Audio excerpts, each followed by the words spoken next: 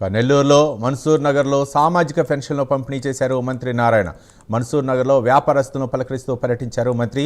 రాష్ట్ర వ్యాప్తంగా పెన్షన్ల పంపిణీ పండుగలా జరుగుతోందని చెప్పారు. తొలి రోజే 99% పెన్షన్లను ప్రతి నెల లబ్ధిదారుల ఇంటి ముంగటికే వచ్చి పంపిణీ చేస్తున్నామని మంత్రి తెలిపారు. పెన్షన్లు అందుకున్న అవ్వాతాతలు, అక్కా చెల్లెమ్మలు, దివ్యాంగుల కళ్ళల్లో ఆనందం వెల్లివిరుస్తోందని చెప్పారు. 2024 ఎన్నికల్లో పెన్షన్ మొత్తాన్ని 4,000 రూపాయలు చేస్తారని హామీ ఇచ్చి మాట నిలబెట్టుకున్నామని మంత్రి నారాయణ తెలిపారు.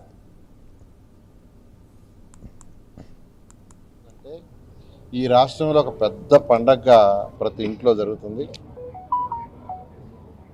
పెన్షన్స్ గౌరవ ముఖ్యమంత్రి గారు ఒకటే చెప్పారు, 1వ తేదీ సెలవు వస్తే ఆదివారం కానీ లేదేదైనా పండగ సెలవు వస్తే ముందు రోజు ఇవ్వాలని.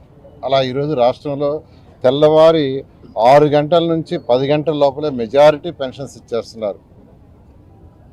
ఇదంతా ఎలక్షన్స్కి ముందు ఏదైతే మాట ఇచ్చారో మాట తప్పకుండా ఖజానా గత ప్రభుత్వం ఖాళీ చేసిపోయినా, ఆర్థిక వ్యవస్థ చిన్న భిన్నమైనా మాట చెప్పిన ప్రకారం 3,000 4,000 చేశారు. వికలాంగులకు 6,000 చేశారు. క్రానిక్ డిసీజ్ ఉండే వాళ్ళకి 10,000, ఒక అటెండర్ సపోర్ట్ కావాల్సిన వాళ్ళు ఎవరైనా ఉంటే వాళ్ళకి 15,000. ఇది 33,000 కోట్ల రూపాయలు సంవత్సరానికి పే చేస్తాం. అంతా ఇంత కాదు. మన దేశంలో ఉండే అనేక రాష్ట్రాలు తీసుకుంటే పశ్చిమ బెంగాల్, మహారాష్ట్ర, జార్ఖండ్, రాజస్థాన్, ఉత్తరప్రదేశ్, గుజరాత్ రాష్ట్రాల్లో పెన్షన్ కేవలం 1,000 రూపాయలు మాత్రమే. భారతదేశంలో ఏ రాష్ట్రంలో కూడా 4,000 పెన్షన్స్, 6,000, 10,000, 15,000 ఇచ్చింది ఎక్కడ లేదు.